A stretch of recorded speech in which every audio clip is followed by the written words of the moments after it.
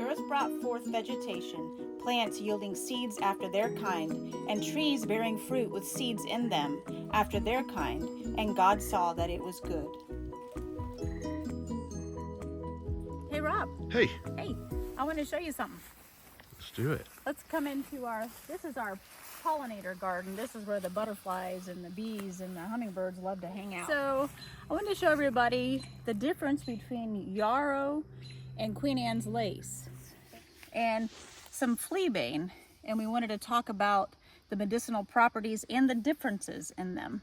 So yarrow is one of our favorites. We use this a lot in our tinctures and our teas and our salves, and just as a wound healing.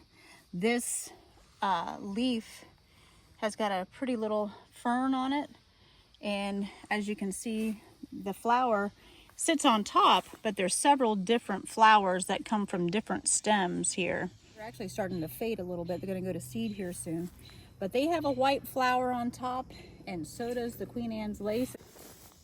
So Queen Anne's lace is one stem that comes into one flower, and it's kind of like a saucer on top. The leaves are a little more spread out than... More like a carrot. Yeah, it is actually a wild carrot. This is Queen Anne's lace or wild carrot.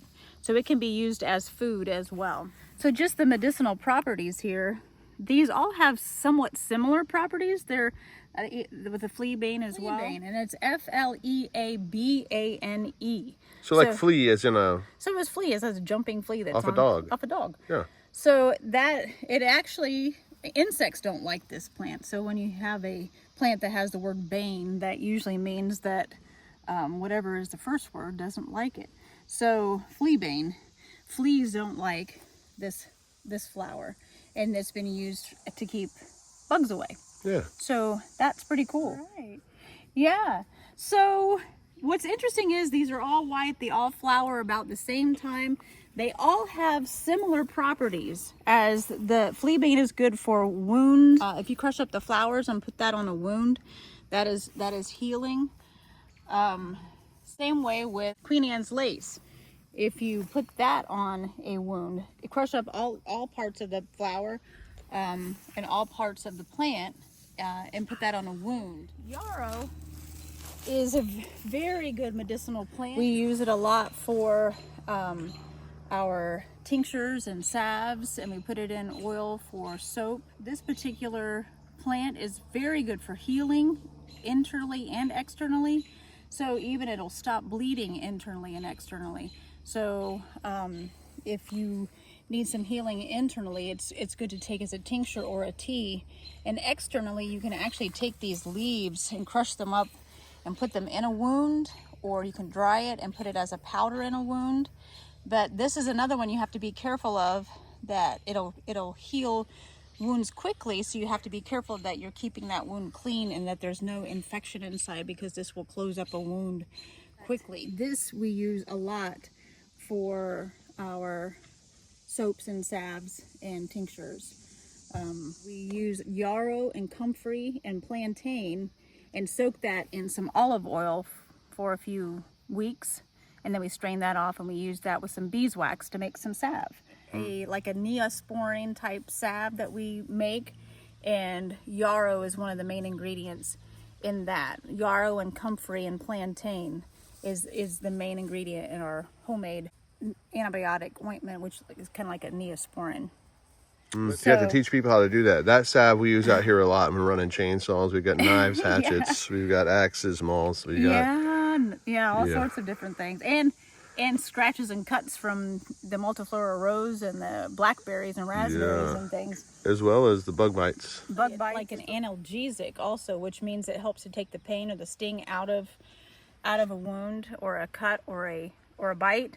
So we put that on anything that is kind of an irritant, whether it be a cut or a sting or a wound or a scratch. So another interesting thing about the Queen Anne's lace is it helps with your kidneys. It helps to flush out kidneys. It's a diuretic, and it also helps remove kidney stones. It helps clear out the kidneys. It helps clear out the bladder. and is very good for that type of thing. Yarrow is the best for external wounds, internal wounds, stopping bleeding. It's antimicrobial, it's anti-inflammatory, it's antibiotic. And it also is a coagulant. It helps to clot blood. So Yarrow's kind of the star of your butterfly garden. Yeah, of everything that we have here, yarrow is probably one of the most medicinal plants that we have.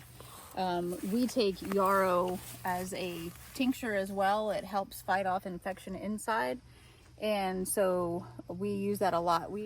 One fact about all of these, the yarrow, the fleabane, and the Queen Anne's lace, is they all help with regulating hormones, and they can all be used as to help out with menstrual cramps. With all of these, you have to use caution because yarrow, Queen Anne's lace, and fleabane are all good for regulating hormones. They're good for helping with menstrual cramps. But what that also means is that they can cause contractions in the uterus. So anybody that's pregnant should use caution when using all of these.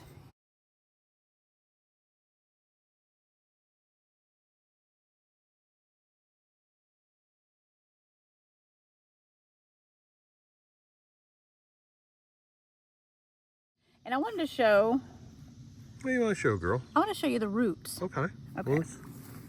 Oh, you've already got some prepared. Yeah, I pulled these earlier. They're all a little bit different. So this is the fleabane root, and as you can see, it's kind of a cluster of roots. That's what that one looks like, and you can use that whole plant in a tincture and teas and for wound healing. And you can see that the leaf on that is different than the yarrow and the Queen Anne's lace. And then I want to show you the so this is a yarrow root, and this is a small one, but this is the representation of that. It's kind of got a long tap root also, and the whole plant of the yarrow can be used chopped up in a tincture or in oil for salve, and we can use all of that. We can grind it up as a powder and put it on wounds. The whole plant of the yarrow is useful. And now we've got this is the Queen Anne's lace or wild carrot, and this, if you rubbed it and smelled it, it would smell like a carrot. And we actually have used this in our soups and stews, and we've eaten these and they taste just like a carrot. So also very nutritious and medicinal. So, and this is the leaf and the stem of the Queen Anne's lace, and that whole plant can be used for medicine or salves or tinctures. Now, what's crazy is I've seen plants, and there's a lot of people that make this mistake.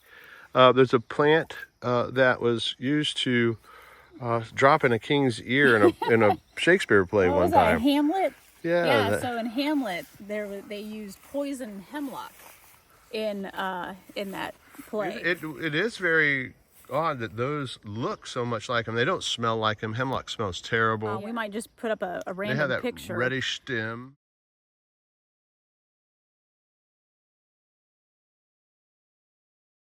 Yeah, so they would have a thicker, fatter stem. Poison hemlock gets really, really tall, has the white flower. Smells terrible. By now, it's gone to seed, so it usually isn't blooming at the same time as all the others. But it has a red or purple splotchy stem that you need to look out for, and it has kind of a musty smell. So always make sure you're identifying your plant correctly.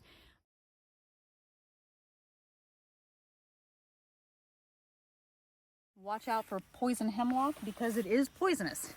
And it's in the name. And it does. Like fleabane. I feel like we've kind of dispelled some of the myths about yarrow and Queen Anne's lace, and it was interesting to throw in the fleabane. Yeah, well, it's here and it's white, so I thought we might as well talk about it too. And it does have medicinal properties as well. God is good in all that He gives us, and the medicines that He gives us. Just in this little small area, we've got so much medicine growing, and we're thankful for that.